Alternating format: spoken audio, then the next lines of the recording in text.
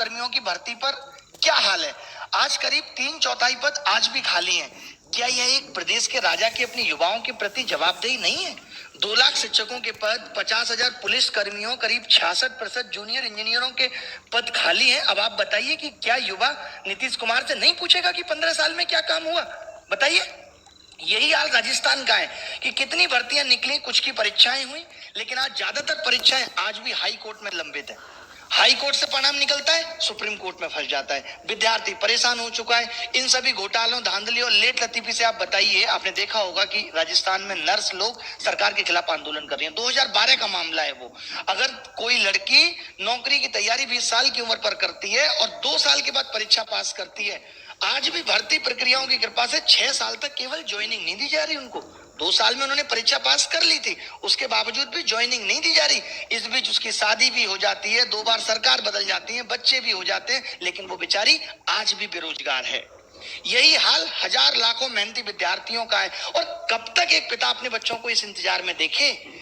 हर माँ बाप ये सोचता है कि मेरा बच्चा जल्दी से पढ़ लिख के जाए। आप बताइए, आप जिस घर में भी हैं, जितने भी लोग देख रहे हैं, चाहे वो सरकार के चाहने वाले या नहीं है, क्या आपके घर में आपके माँ बाप ये नहीं सोचते कि आपको नौकरी लग जाए?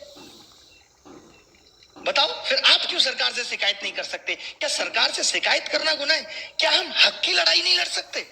आज आपने देखा होगा कि जो लोग अपनी आवाज उठा रहे हैं, इलाहाबाद में, एमपी में, जेल भेज दिया जा रहा है उन लोगों को। मतलब आज अपने हक मांगना भी गुनाह हो गया इस सरकार के अंदर।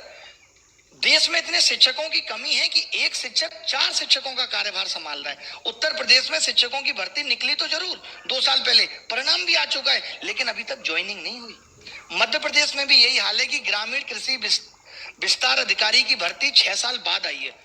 बच्चों ने ये तक बताया कि 1992 के बाद पहली बार इतनी संख्या में भर्ती आई, और 6 साल बाद भी उसमें फर्जीवाड़ा, घोटाला और धांधली की वजह से मध्य प्रदेश का युवा सड़कों पर उतर आया है। और मामा कहलाने वाले चौहान साहब जी को ये बातें नहीं दिख रही कि 2017 से पुलिस सब इंस्पेक्टर के 25,000 पद रिक्त हैं।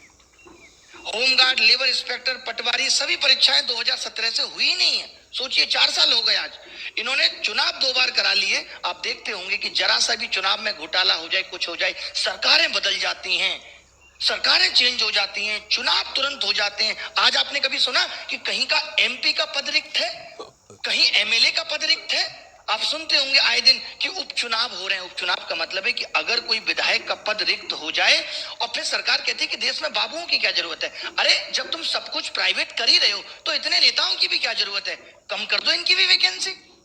ये भी क्या काम कर रहे हैं? इनकी भी सैलरियां आधी कर दो। इनकी तो आप सैलरियां भी बढ़ाए जा रहे हो, पेंशन अलग से दिए जा रहे हो, इनके भत्ते अलग से बढ़ाए जा रहे हो, फोन से लेकर के इंटरनेट अलाउंसेस तक इन लोगों को मिल रहे हैं। और फिर मोदी जी कहते हैं कि हमें बिजनेस नहीं करना, हम लोगों से कराएंगे। तो फिर इतनी बड़ी सरकार रखने की जरूरत क्या है? वो लोग क्या काम कर रहे हैं? अगर आज एक एमपी, चाहे वो अपोजिशन का हो चाहे किसी भी पार्टी का, अगर हम लोगों की, युवाओं की आवाज संसद में नहीं उठा सकता, क्या मायने हैं उसके?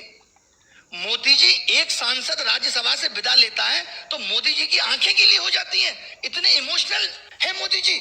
और यहाँ 5 मिलियन 6 मिलियन ट्वीट युवा करता रहा, अपना दर्द बयां करता रहा, और मोदी जी का दिल नहीं पिघला। ये भावनात्मक जुड़ाव है राजा के प्रजा के साथ। कमाल है साहब। सुप्रीम कोर्ट के चीफ जस्टिस बोबड़े जी ने भी कहा था कि प्रश्न पत्र लीक देश की शिक्षा प्रणाली को बर्बाद कर रहा है, खोखला कर रहा है। कर्नाटक के मामले के साथ उन्होंने व्यापम, मध्य प्रदेश के घोटाले के बारे में भी कहा। गलत नीतियों के कारण देश का युवा आज दर दर की ठोकरें खा रहा है, तमाम डिग्रियां लेकर भी बेरोजगारी का दंश झेल रहा है, और जब सरकार से अपनी मांगे रखता है तो लाठी, डंडे, जेल का सामना करना पड़ता है। जिस जनता ने आपको चुना उससे इतनी बेरुखी क्यों? क्या नौकरी मांगना अपराध है साहब? बताइए आप। पढ़ लिख कर हम तले पकोड़े और अनपढ़ देश चलाएंगे। किसान सड़क पर लेटा है, सिर पटक रहा है, और ये सूट पहन के संसद में इतराएंगे। अब तो इनके लिए संसद भी नया बनेगा। क्या ना कहें, बातें दिल पे नहीं लगेंगी कि मोदी जी के पास कंगना रनौत से मिलने का वक्त है और युवाओं के इतने मिलियन ट्वीट के बाद भी उनकी आवाज नहीं आ रही? दिल पे लगती है। अब कोई ये भी नहीं कह सकता हमसे, जब हम पीएमओ ग्रीवेंसेस में अपनी बातें डाल रहे हैं, कि हमने सही तरीके से इस बात की मांग नहीं की थी, कि सही तरीके से हमने शिक्षा में, एग्जाम्स में रिफॉर्म